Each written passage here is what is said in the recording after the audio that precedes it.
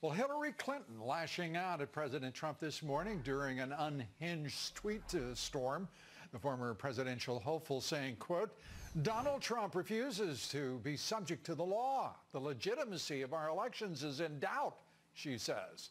"The president is waging war," she says, "on the truth. The administration undermining the national unity that makes democracy possible." And then there's the breathtaking corruption. Apparently, she doesn't like openness and transparency in government. She never had to get used to it when she was in office. Well, joining us tonight, Congressman Louie Gohmert. He serves on the Judiciary Committee. He's a member of the House Freedom Caucus. It's great to have you with us. It is also great to be able to ask you about the FISA court documents and all of the text and other documents that the president has ordered released to the public unclassified. Your reaction? I think it's fantastic what the president's doing. It is for transparency. And by the way, Lou, having reviewed some of the things with regard to Hillary Clinton's case, and boy, is she one to talk about obstructing justice and being above the law.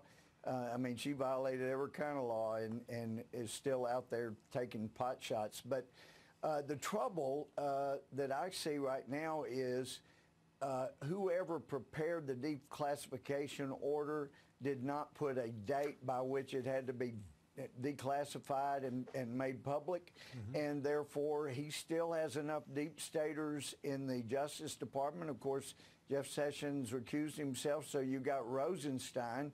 Well, every time we have seen something be unredacted, it wasn't about sources and methods. We want to protect those, but every time it has been self-serving to protect the people who have been violating federal regulations, violating protocol of the Justice Department, or violating the law.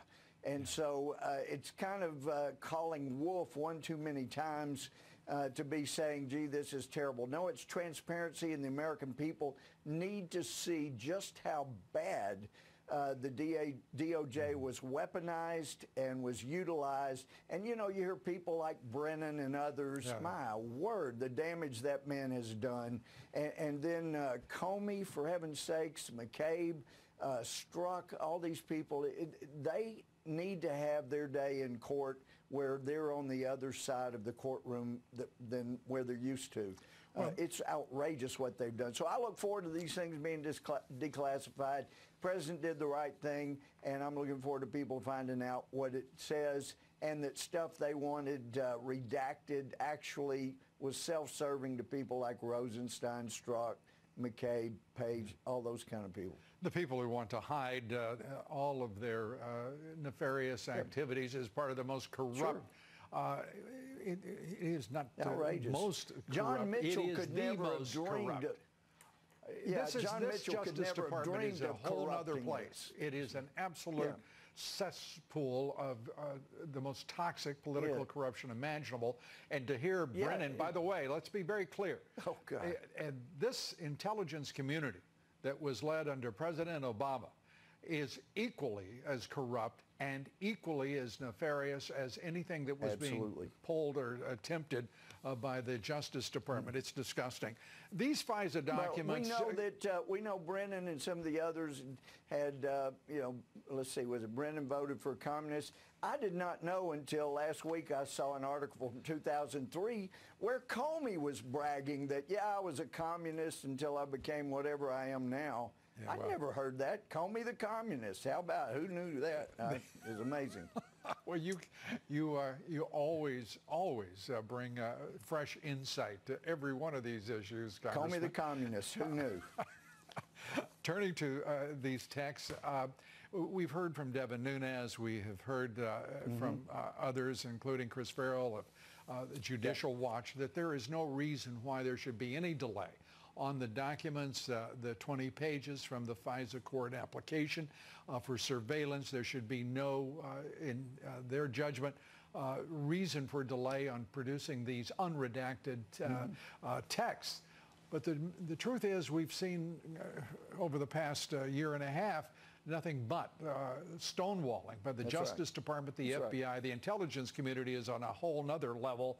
What do you expect to happen? How soon do you expect the president to have these documents produced by the agencies and the Department of Justice? It's hard to say. There was a reason for delay a year and a half ago because it takes a little time. But since then, the reason for delay has been to protect the guilty. You know, the names are being redacted, the things are being redacted to protect the guilty.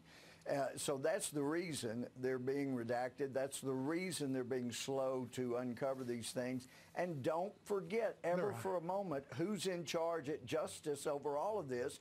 It's Rosenstein, the guy that was part of the original Russia investigation that helped Mueller and Weisman keep it tamped down so that Clinton could approve the deal with CFIUS and they could get $145 million into the Clinton Foundation. So Rosenstein, that same guy, he has a strong motive for keeping this suppressed at least past the election, as he hopes and prays the Democrats get at least one of the House majorities so they can protect him from prosecution. Well, Congressman, perhaps we can be somewhat more hopeful about the outcome of these midterm elections that the president needs for the party to win, because releasing these documents should awaken a lot of people who have been sleeping through the past 2 years. Congressman, great to have you with us. They'll drag their feet. Thank you. Always good to be with you, Lou. Good to see you, Congressman. Up next.